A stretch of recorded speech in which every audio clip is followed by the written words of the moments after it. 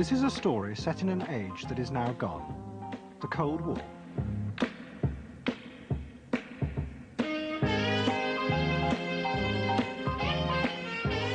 It is about a group of scientists who believed that they had found, for the first time ever, a way of controlling the human mind.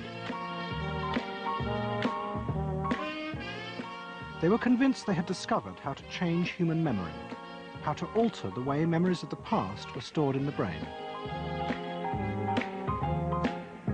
If they could do this, they would have the power to free human beings from the past. They could wipe the memories of terrible experiences that drove people to violence and insanity. It meant that the dark forces of history that led to war and destruction could be controlled. But their dream became caught up in the vicious politics of this age, and their certainty and optimism turned to paranoia. They found themselves in a strange world in which nothing could be trusted, not even their own memories.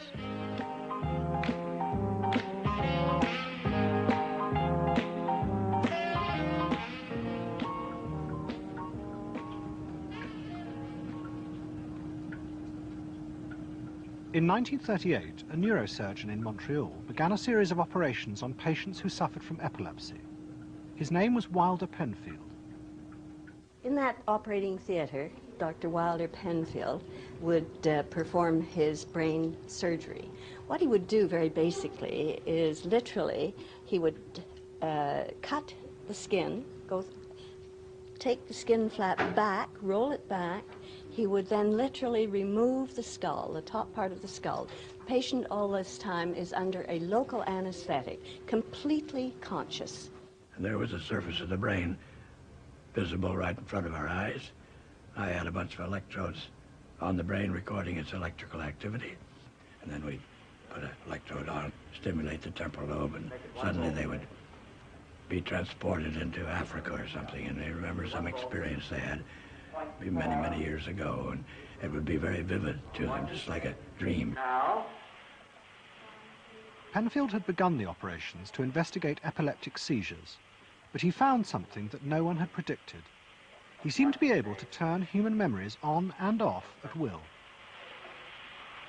From my own point of view, the most unexpected finding was to discover that a mild electrical current applied to the surface of the brain causes a patient to have a memory from his own past sometimes. Good. Make it 1 volt, please. 1 volt. Yeah. With the 1 volt. I heard what sounded like an orchestra playing, and I asked the nurse where it was coming from. And she said, "What music?" And I said, "Well, that music." And then it stopped. Then I stimulated it again, you remember, and asked you about it, and you hummed it. Will you hum it now? You remember it? Yes.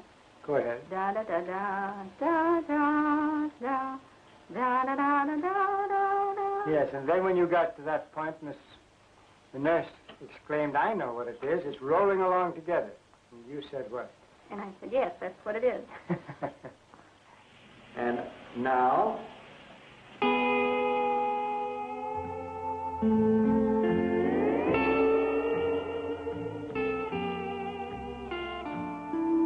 Penfield was convinced he had discovered how memories were stored in the brain. There were patterns in the neurons, like electrical circuits. By touching the right point, he could play back what he called time's strip of film. Towards the end of the war, Penfield invited a psychiatrist called Ewan Cameron to come and join him in Montreal. Cameron was fascinated by Penfield's work. He believed that if it was possible to change memories, one could produce better, more rational human beings. Cameron was, in a way, a dreamer. He was a great pragmatist, but he was also a great dreamer. He thought that psychiatry should not just concentrate on sick people, mentally ill, but should actually go into government, that politicians should listen to psychiatrists. Psychiatrists should be in every parliament and should direct and monitor political activities, because they knew in a rational, scientific way what was good for people.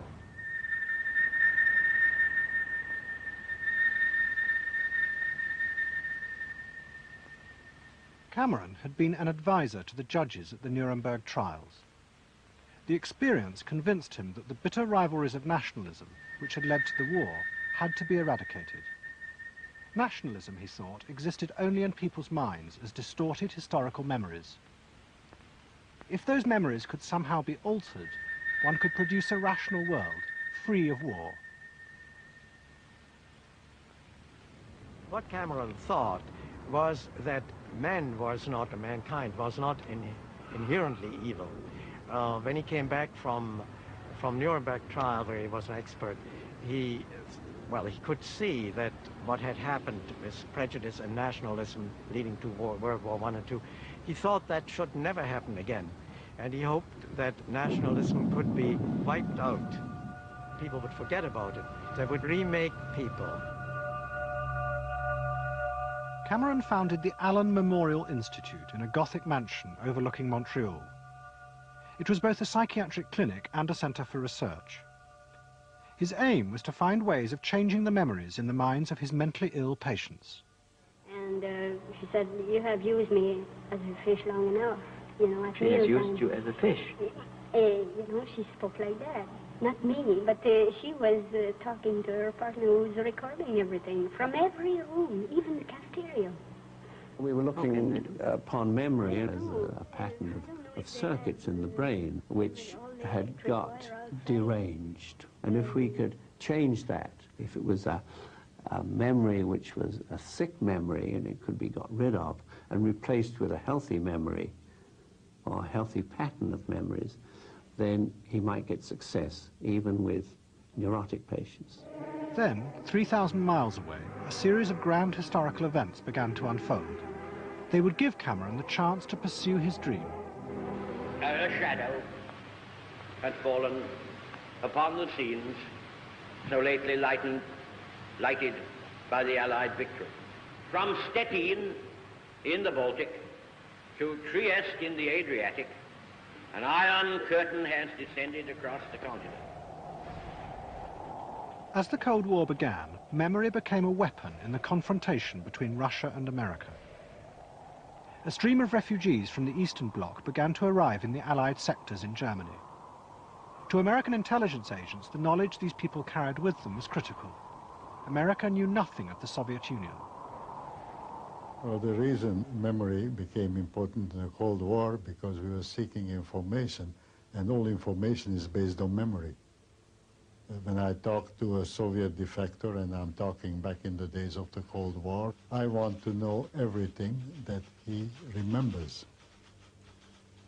Human memory, in the absence of documentary information, was your only source of intelligence, because this person might have information in his memory that may be exploitable for our purposes.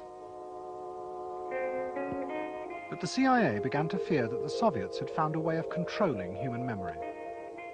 As in the show trials of the 1930s, they seemed to be able to program people to behave like automatons.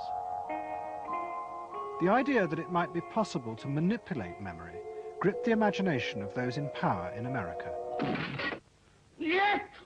The Soviet secret police and their offspring in Eastern Europe and China have presented the world with a series of public trials at which prisoners, including some Americans, calmly and apparently without coercion made confessions of unbelievable crimes, espionage, sabotage, treason.